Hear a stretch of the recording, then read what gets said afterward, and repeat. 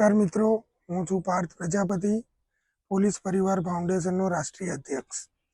આજે આપણે આ વિડીયો જે અમદાવાદમાં 19 ડિસેમ્બર 2025ના રોજ અંજલી 4 રસ્તા પાસે એક પોલીસ કર્મચારી જે પોતે એક હેડ કોન્સ્ટેબલ છે અને જેમનું નામ જયંતિભાઈ ઝાલા છે, તેમને એડવોકેટ બંસરી ઠક્કરના લાફો માર્યો કે એની ઉપર હાથ ઉપાડ્યો, તે મામલો અત્યારે બહુ જ ટ્રેન્ડિંગમાં ચાલી રહ્યો છે અને તેની ઉપર બહુ જ જાતના વાદ વિવાદો થઈ રહ્યા છે અને પોલીસ ઉપર આક્ષેપો લાગી રહ્યા છે કે પોલીસે એક મહિલાને માર્યું, બધી સિમ્પથી મહિલા બાજુ.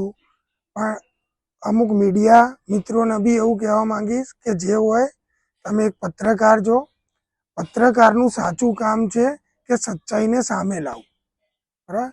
તો ખાલી પોતાની ટીઆરપી વધારવા માટે તમે ખાલી પોલીસે આમ કર્યું, પોલીસ માટે તમે 10 શબ્દો ખરાબ બોલશો, પરંતુ એ મહિલા ખોટી છે, તેના વિડીયો પુરાવા બી વાયરલ થઈ ગયા છે, છતાં બી એક બી પત્રકાર જે ટોનમાં પોલીસ વિશે ખરાબ બોલે છે એ મહિલા વિશે ખરાબ નથી બોલી શકતો. એ મહિલા ખોટી છે છતાં પણ. અને આપણા જે વડ ધારાસભ્ય છે જિગ્નેશભાઈ મેવાણી, જે દર વખતે એક જ વાત કહેતા હોય છે કે 8 ચોપડી પાસને એ વિડીયો મોકલો, એ મહિલાથી આઈ કાર્ડ પડી ગયું. તો એમને બી એક જવાબ આપવા માંગીશ કે જિગ્નેશભાઈ, સર્વપ્રથમ તો છે ને પહેલાં તમે તમારા ચશ્માના નંબર ચેક કરાવો, જેથી શું છે કે તમને વિડીયો સ્પષ્ટ રીતે દેખાય. તમે જે રીતનું નિવેદન આપો છો કે જેમાં કે મહિલાથી આઈ કાર્ડ પડી ગયું અને પોલીસ, વિડીયો વાયરલ છે, તમે પહેલાં જુઓ કે પડી નથી ગયું, એ બેને આઈ કાર્ડ ફેંક્યું છે. બરાબર? તમે પોતે LLB ભણેલા છો એવું તમે જ કહો છો, અમે તો તમારી ડિગ્રી જોઈ નથી, પરંતુ તમને એટલું કહેવા માંગીશ કે જે 8 પાસની પીપુડી વગાડો છો ને, તો પહેલાં તમે પણ થોડુંક ધ્યાન રાખો તો એ થોડુંક સારું લાગશે. અને જે તમે તમારી છબી લોકોને દેખાડવા માંગો છો કે હું લોકોના હિત માટે, સચ્ચાઈ માટે લડું છું, તો આ મેટરમાં તમારી સચ્ચાઈ ક્યાં ગઈ? તમે સચ્ચાઈનો સાથ એટલે ના આપ્યો કારણ કે તમારી ડર્ટી પોલિટિક્સ આવા મુદ્દોથી જ ચાલે છે કે પોલીસને ખોટી રીતે બદનામ કરવી અને 8 ચોપડી પાસ કરીને માનનીય નાયબ મુખ્યમંત્રી હર્ષભાઈ સંઘવીને ટાર્ગેટ કરવો, જેથી તમે ડ્રીમ લાઇટમાં આવો. એટલે એવું ના કરશો. અગર તમે સાચા માણસ હોય અને સાચી રીતે લડવા માંગતા હોય અને દેશનું ભલું કરવા માંગતા હોય તો તમે સચ્ચાઈને સાથ આપો. એ બેને કાર્ડ ફેંક્યું છે, ફેંક્યા પછી એને ગાળ બોલી છે પોલીસ કર્મીને, અને એ પછી પોલીસ કર્મીએ હાથ ઉપાડ્યો છે. તો એક હ્યુમેનિટી નેચર હોય છે. આજે કોઈ પણ વ્યક્તિ તમને બી ગાળ આપશે, પછી એ પુરુષ હશે કે મહિલા હશે, તો એક હ્યુમેનિટી નેચર હોય કે હાથ ઉપડી જાય. હું એમનો કોઈ બચાવ નથી કરતો કે ભાઈ તમે હાથ ઉપાડ્યો તો સારું કામ કર્યું, એવું મારો કહેવાનો કોઈ પણ જાતનો મતલબ નથી.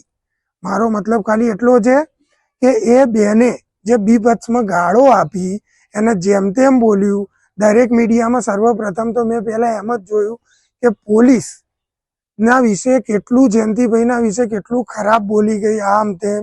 પછી એમની જોડે ઓરિજિનલ ફૂટેજ બહાર આવી, ત્યારે ઓરિજિનલ ફૂટેજમાં જોયું તો જે ટોનમાં પોલીસને ખરાબ કહેતા હતા એ પ્રમાણે એ મહિલાને ના બોલી શક્યા. તો કેમ? તમે હવે સત્ય તમારું દબાઈ ગયું? તો શું કરવા માટે આવું કરો છો? અગર સત્યની ખબર ના હોય તો બોલવું નહીં, અને સત્ય ખબર હોય અને છતાં બી બોલવાની હિંમત ના હોય તો પોતાની ટીઆરપી વધારવા માટે કોઈ પણ વ્યક્તિને બદનામ કરવો નહીં. અને આ મામલામાં હું પોલીસને બી કંઈક કહેવા માંગીશ કે પોલીસે મહિલા ઉપર કલમો લગાડી છે, 6 કલમ લગાડી છે, જેમાં 4 ભારતીય ન્યાય સંહિતાની છે અને 2 મોટર વ્હીકલ અધિનિયમની છે. પણ તમે તો પોલીસ કર્મચારી છો, તમને તો કલમોનું નોલેજ હોય. તો પહેલી વસ્તુ કે તમે એ FIRનો સુધારો કરો. એ FIRની અંદર મહિલાએ પોલીસને ઉશ્કેર્યો છે, અને કોઈ પણ વ્યક્તિને ઉશ્કેરવો તે પણ કાયદાકીય ગુનો છે, તેની બી કલમ આપેલી છે. તો તમે એ મહિલા ઉપર ઉશ્કેરી જનકની કલમ કેમ નથી લગાડી? હવે આ વસ્તુ અમારે પોલીસને કહેવી પડે તે પણ યોગ્ય નથી. જેથી હું અમદાવાદ શહેરના જે પાલડીના પોલીસ ઇન્સ્પેક્ટર હોય કે અમદાવાદ શહેરના કમિશનર સાહેબ શ્રી, ડીજીપી સાહેબ શ્રી, દરેકને નિવેદન કરીશ કે જે જયંતિભાઈ જોડે થયું છે અને જયંતિભાઈને સસ્પેન્ડ કરવામાં આવ્યા છે, તો એ બેન ઉપર આ ઉશ્કેરીજનકની કલમ પણ એડ કરવી જોઈએ અગર ન્યાયિક દ્રષ્ટિએ વાત કરીએ તો. અને અગર એ કલમ તમે એડ ના કરી શકતા હોય ને તો જયંતિભાઈને તમારે સસ્પેન્ડ કરવાનો પણ કોઈ પણ જાતનો અધિકાર નથી. ખાલી વિડીયો વાયરલ થતા હોય અને કોકના પ્રેશરમાં આવીને આ કરતા હોય તો ના કરો.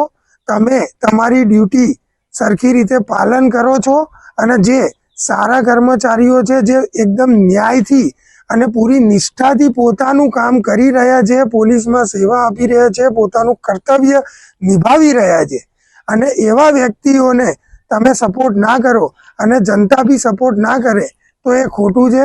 મારી નમ્ર વિનંતી એ છે કે બેન ઉપર ઉશ્કેરીજનકની કલમ એમની એફઆઈઆરમાં એડ થવી જોઈએ અને જે યોગ્ય કાર્યવાહી થતી હોય, અગર જયંતિભાઈએ હાથ ઉપાડ્યો છે તો એમની ઉપર બી જે યોગ્ય કલમ લાગતી હોય તે લાગવી જોઈએ. પણ એ હાથ ઉપાડવા માટે એ બેને જ એમને મજબૂર કર્યા છે, એમને એ રીતે ઉશ્કેર્યા છે, દુષ્પ્રેરિત કર્યા છે કે જેથી તે વ્યક્તિનો હાથ ઉપડે. કારણ કે એ બેનની ગાળો કોન્સ્ટન્ટલી ચાલુ ને ચાલુ જ હતી, જે આપણે સમગ્ર વિડીયોમાં જોઈ શકીએ છીએ. જેથી આપ સૌને મારી નમ્ર વિનંતી છે કે તમે સત્યને સાથ આપો અને મારો પૂરો સહકાર સત્યને છે, જયંતિભાઈને બી છે. કારણ કે જયંતિભાઈને ઉશ્કેરવામાં આવ્યા ત્યારે તેમનાથી હાથ ઉપડ્યો છે, એમને ગાળ બોલ્યા પછી એમને હાથ ઉપાડ્યો છે.